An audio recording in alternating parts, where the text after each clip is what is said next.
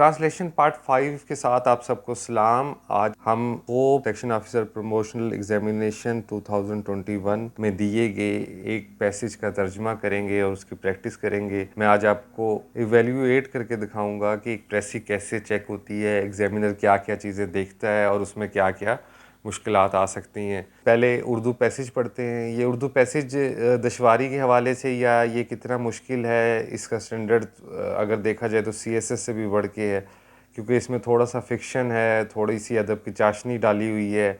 इन चीज़ों को ट्रांसलेशन में समोना तभी मुमकिन हो सकता है जब कैंडिडेट ने अच्छी खासी प्रैक्टिस की हो। आइए ये पढ़ते हैं। कहते हैं मार्च के महीने की अपनी महक होती है जिसे सिर्फ महसूस किया जा सकता है, लेकिन जिसका बयान करना दुश्वार है।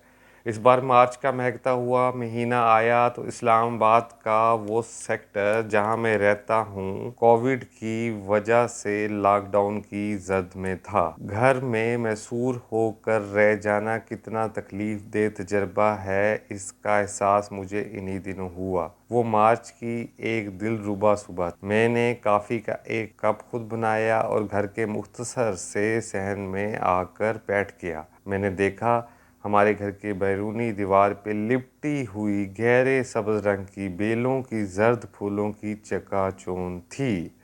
जुमला देखिएगा, बड़ा खूबसूरत जुमला है। सियाह कॉफ़ी की चुस्कियाँ लेता हुआ मैं अपने अतराफ फूलों, पत्तों और शगुफ़ों की शक्ल में कुदरत के तख्लीकी वफूर की करिश्मा साजी देखता हूँ। फिर मैं अपने मोबाइल फ़ोन की दुनिया खोलता हूँ। अब बाहर की दुनिया से मेरा राब्ता यही फ़ोन है। फेसबुक पर एक खबर मुझे दम बखुद कर देती है, यानी हैरान कर देती। खबर सुनकर दिल में एक बेनाम सी कसक जागी है। आहा, क्या मुसन्निफ ने ये पैसेज दिया है। अगर सीएसएस के पिछले 15 सालों में भी देखें, खैर सीएसएस में तो ट्रांसलेशन बाद में ऐड हुई थी, पीएमएस के भी पर्चों का अगर जायज़ा लें और हम लेंगे तो ऐसा पैसेज नहीं देखने को मिलता। पढ़ने को बड़ा अच्छा लग रहा है, लेकिन इसका तर्जुमा जैसा कि मैंने पहले कहा था, एक मुश्किल काम है।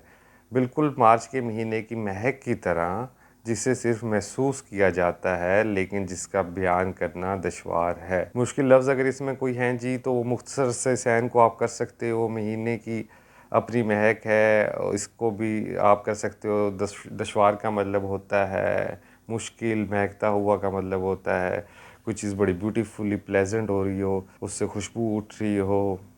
मार्च की दिलरुबा सुबह थी। It was a pleasant morning of March. हमारे घर की बैरूनी दीवार पर लिपटी हुई गहरे सब्ज रंग की बेलों में जर्द फूलों की चकाचौंध थी, यानी वो चमक रहे थे। स्याह काफ़ी की चुस्कियाँ, सिप्स। अब देखते हैं कि ये कैंडिडेट ने ये साहब का, मैं पहले बता दूं, इन साहब ने पहले एलिमेंट्री कोर्स किया है। एलिमेंट्री कोर्स की प्लेलिस्ट में चंद दिन में अपलोड कर दूंगा और फिर उसके बाद वो यहाँ तक पहुँचे। अब देखते हैं कि ये कैसे हम इसको इवेल्युएट करेंगे और कैसे चेक करता है एग्जामिनर। पहला जी इन्होंने लिखा हुआ है, it is said that month of March has own aroma.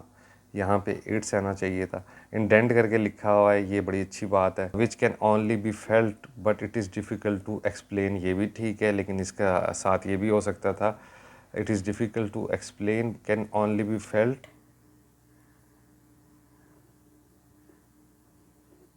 Can only be smell, felt भी ठीक है, but difficult to express, explain की जगह अगर डिफ़िकल्ट टू एक्सप्रेस लिखता तो ज़्यादा बैलेंस और अप्रोप्रिएट लगता जी। फिर देखते हैं साहिब ने आगे क्या किया हुआ है।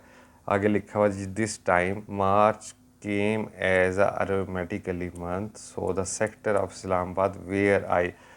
ये देखिए जी, बहुत बड़ी मिस्टेक है। आई प्रोनाउन कभी आप स्मॉल लेटर्स में नहीं लिखोगे, हमेशा याद रखना है।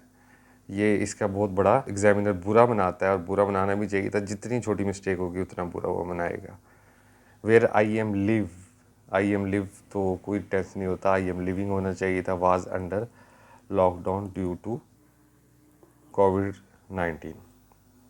सो द सेक्टर ऑफ इस्लामाबाद, इसने इसमें जुमले का तर्जमा किया है, इस्लामाबाद का वो सेक्टर जहाँ मैं रहता हूँ कोविड की लॉकडाउन की जद में था।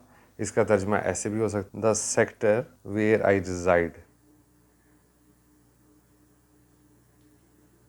चलें आगे देखते हैं। It was painful experience to live in house being beleaguered in the house. Beleaguered इसने सही इस्तेमाल किया है, मैसूर हो जाना। Which I felt in those days, which I felt की जगह सोचें क्या आ सकता है, थोड़ा सा फॉर्मूला बनाने की कोशिश करें। एक संजीदा टोन देनी है, एक ऐसी टोन देनी है जो पढ़ने में भी मुतासिर करे और सुनने में भी। सोचें, in the house being beleaguered which I felt, क्या कर रहा था, विच आई एक्सपीरियंस्ड। अच्छा जी, I made a cup of coffee and came and sat in the small court yard.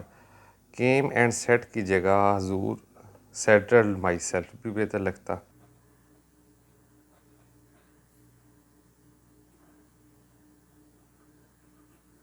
I saw there lush green hairs of plants. बड़ा मज़ेदार जुमला बनाया है जी, मुहावरतन ट्रांसलेशन की ज़रूरत भी थी और कैंडिडेट ने की भी। Hairs of plant where in the yellow flowers were clear that covered outer wall of my house. यहाँ पे बेल की बात हो रही है तो क्रीपिंग प्लांट्स भी हो सकता था। Where in the yellow flowers were glare, और उसके बाद दैट लिखने की ज़रूरत नहीं है, ये ऐसे पढ़ा जाएगा, where in the yellow flowers were glare covered with, covered outer wall. Covered with नहीं होगा, कवर्ड की जगह हम बेहतर है कि इन्वेल्प्ड लिखते हैं, क्योंकि वहाँ भी राइटर यही ट्रांसलेशन, इसीलिए तो एक आर्ट है, लेकिन आप बड़ी जल्दी सीख जाएंगे। Taking sip of black coffee I saw the creativeness of nature around myself in shape of flowers. तख्लीकी वफूर, आप इसमें कर सकते हो creativity. Coffee, I saw the creativeness of nature. Creativeness कुछ इनअप्रोप्रिएट सा लग रहा है, ऐसा भी हो जो सिंपल भी हो और थोड़ा सा मानी भी दे, और वो क्या हो सकता है, वो हो सकता है colours of nature. Around myself in shape of flowers, leaves and twigs. Then I used my cell phone, which was only source for me to contact with outer world.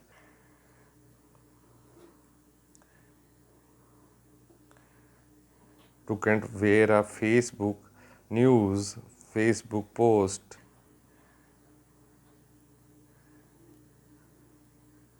took me to surprise.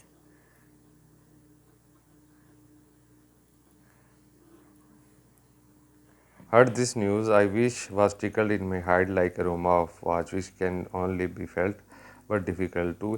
इसको भी थोड़ा सा मुहावरतन करने की ज़रूरत है, एडमेटिक करने की ज़रूरत है, क्योंकि आप ट्रांसलेशन का पैसेज देखें तो आपको अंदाज़ा होगा वो उसके अंदर कुछ अदब की चाशनी है।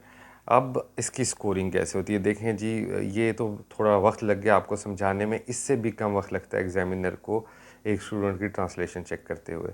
अब दायरे क्या हैं, एक दायरा ये बड़ा दायरा है, एक दूसरा दायरा आपका ये क्रिएटिवनेस का है, एक तीसरा दायरा अदर की जगह आउटर वर्ल्ड होना चाहिए था। ये 3 दायरे हो गए।